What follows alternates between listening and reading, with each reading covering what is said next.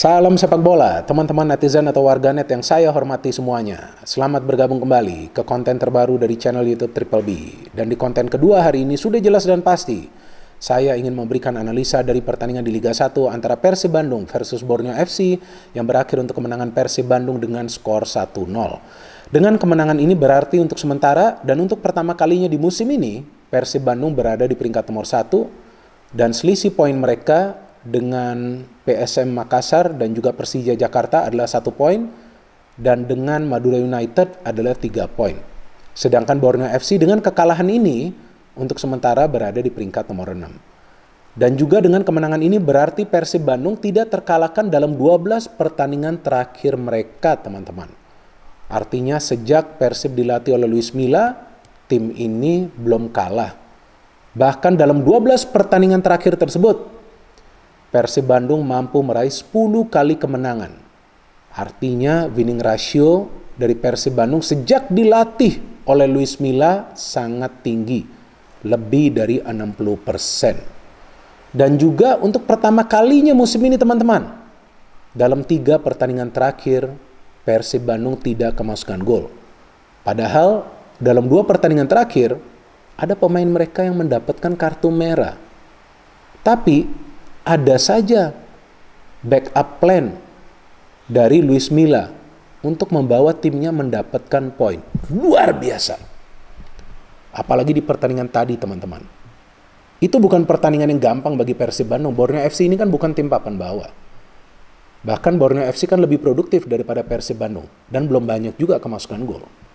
Materi pemain mereka juga bagus.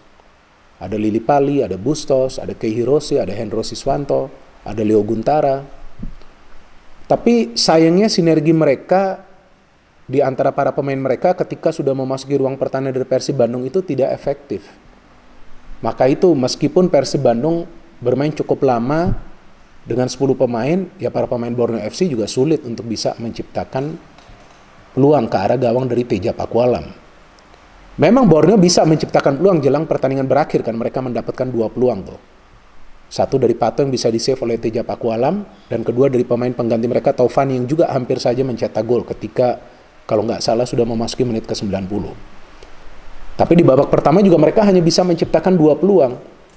Dari Pato, free kick, kemudian dari Lili Pali. Sedangkan dari Persib Bandung juga sulit untuk menciptakan peluang kan teman-teman.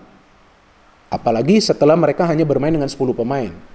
Seandainya mereka bermain dengan 11 pemain, feeling saya mereka akan bisa menciptakan lebih banyak peluang. Tapi karena hanya bermain dengan 10 pemain, mau tidak mau mereka harus bermain defensif. Sama juga seperti Borneo FC ketika dengan 10 pemain bermain sedikit defensif, tapi mereka bisa cepat memberikan bola ke ruang pertahanan dari Persib Bandung karena mereka telah memainkan lebih banyak pemain ofensif ketika Persib bermain dengan 10 pemain.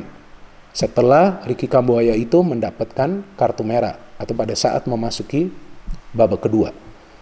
Jadi kalau saya perhatikan pertandingan tadi itu berjalan ketat dan juga keras karena 2 tim ini bermain dengan sistem yang sama, yaitu pressing di tengah.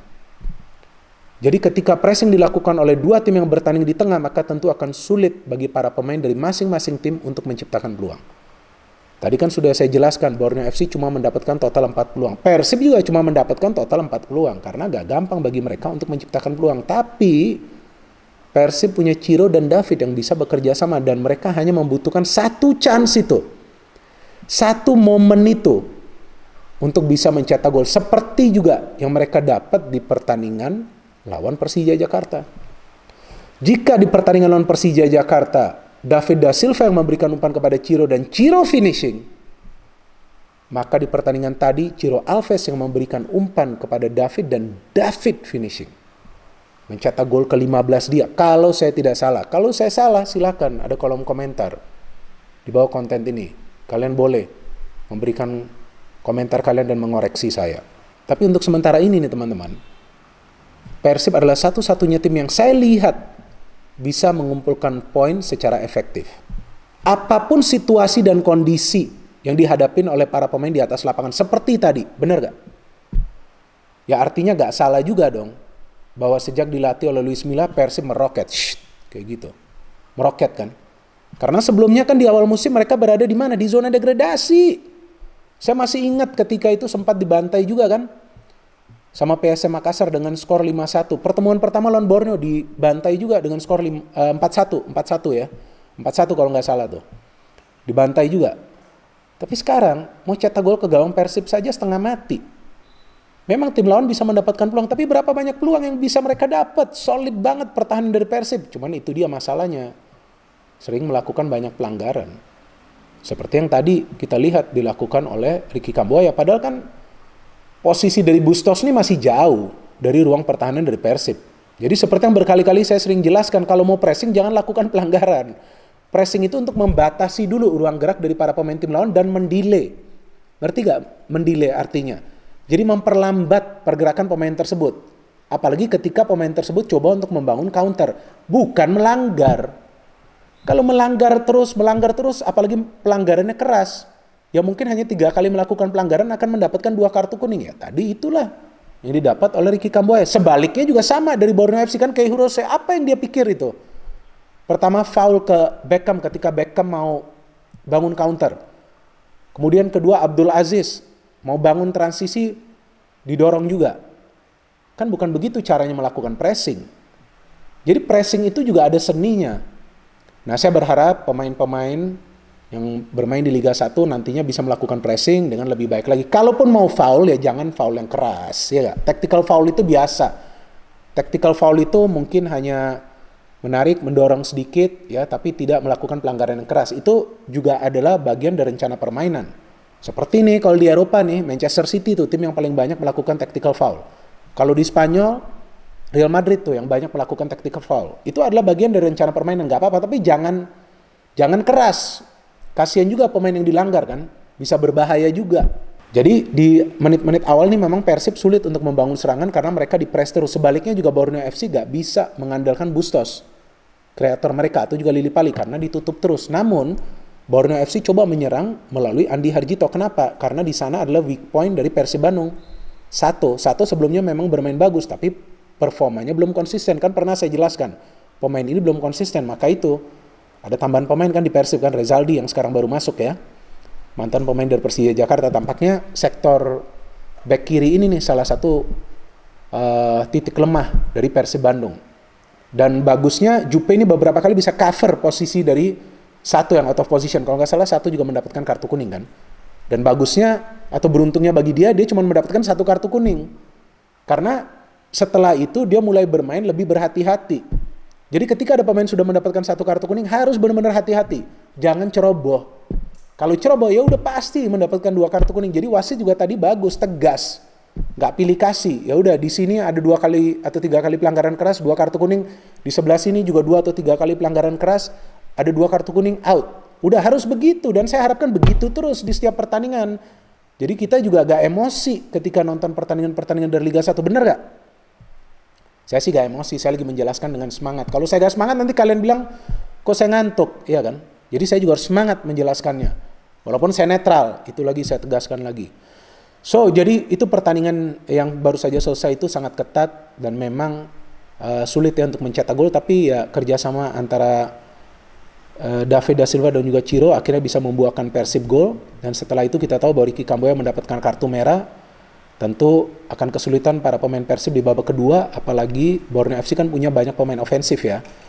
Tapi saya ngelihat kejeniusan dari Luis Milla dalam melakukan pergantian pemain teman-teman. Pertama yang dia tarik siapa itu? Beckham Putra. Betul kan? Dia memainkan siapa? Kakang. Kakang masuk ke belakang jadi artinya Persib bermain dengan 5 pemain bertahan. Ada gak peluang dari Borneo FC? Gak ada loh. Dia memainkan Abdul Aziz dan dia menarik keluar Ciro. Kenapa? Karena jika teman-teman perhatikan, tidak ada pemain yang bisa menjadi penghubung dari lini tengah ke lini depan. Karena sudah keluarnya Beckham. Sebelumnya kan Beckham yang banyak bergerak ya untuk mensupport David da Silva. Jadi Persib butuh 1 pemain di tengah yang bisa link up. Maka itu yang dimasukkan adalah Abdul Aziz. Dan ternyata bagus kan Abdul Aziz beberapa kali bisa membangun transisi. Tapi ketika Keihiro Hirose mendapatkan kartu merah, apa yang dilakukan Luis Milla? Dia memainkan Freds Butuan menarik hand-hand. Artinya Persib kembali bermain dengan 4 pemain di belakang. Tapi ada tambahan 1 pemain ofensif untuk sesekali membangun counter. Dan Freds beberapa kali bisa membangun counter. Jadi berkat pergantian pemain yang dilakukan membatasi para pemain Borneo untuk menciptakan peluang. Borneo memang Kei Hirose sebelum mendapatkan kartu merah telah melakukan beberapa pergantian pemain, memainkan banyak pemain ofensif. Jadi ketika juga mereka bermain dengan 10 pemain, ya sudah banyak pemain ofensif. Maka itu sebelum pertandingan berakhir mereka juga bisa menciptakan 2 peluang yang hampir saja mereka menyamakan kedudukan. Jadi kalau saya lihat tadi jalannya pertandingan 50-50 dan bisa saja pertandingan tadi berakhir imbang jika Tejab Aqualam tidak melakukan save. Cuman sayangnya para pemain Borneo FC dari segi kerjasama kurang rapi di depan. Persib, ya itu dia ada 2 Brazil ini kan. Ya mereka cuma perlu itu 1 momen aja udah gol. Udah habis itu bertahan secara disiplin dan nggak masalah. Nggak ada salahnya untuk disiplin bertahan. Karena itu adalah tuntutan ketika Persib bermain hanya dengan 10 pemain. Mau nggak mau harus bermain disiplin, harus bertahan di belakang. Nggak bisa gaya-gayaan bermain di depan. Nanti kalau diambil bola, Borneo nyerang balik kan bahaya. Sebaliknya Borneo juga berhati-hati nih ketika 10 pemain. Maka itu mereka lebih banyak mengandalkan direct pass. Hampir tuh mereka mencetak 1 gol kan dari Pato. So this was a very tight game. Dan pada akhirnya Persib Bandung bisa kembali menang. Luar biasa. Dan sekarang mereka untuk sementara berada di peringkat nomor 1. Siapa yang menyangka ini semua? Tapi apa yang saya katakan ketika Luis Milla dikontrak? Apa yang saya katakan silakan kalian bisa nonton kembali dan dengarkan lagi analisa saya di konten tersebut. Luis Milla bisa mengubah kan? Oke, Persib memang tidak bermain seperti biasanya karena tadi adalah pertandingan yang sulit. Tapi lihat dong kedisiplinan dari para pemain. Saya nggak ngelihat mereka melakukan kesalahan di pertahanan yang bisa dimanfaatkan oleh para pemain tim lawan.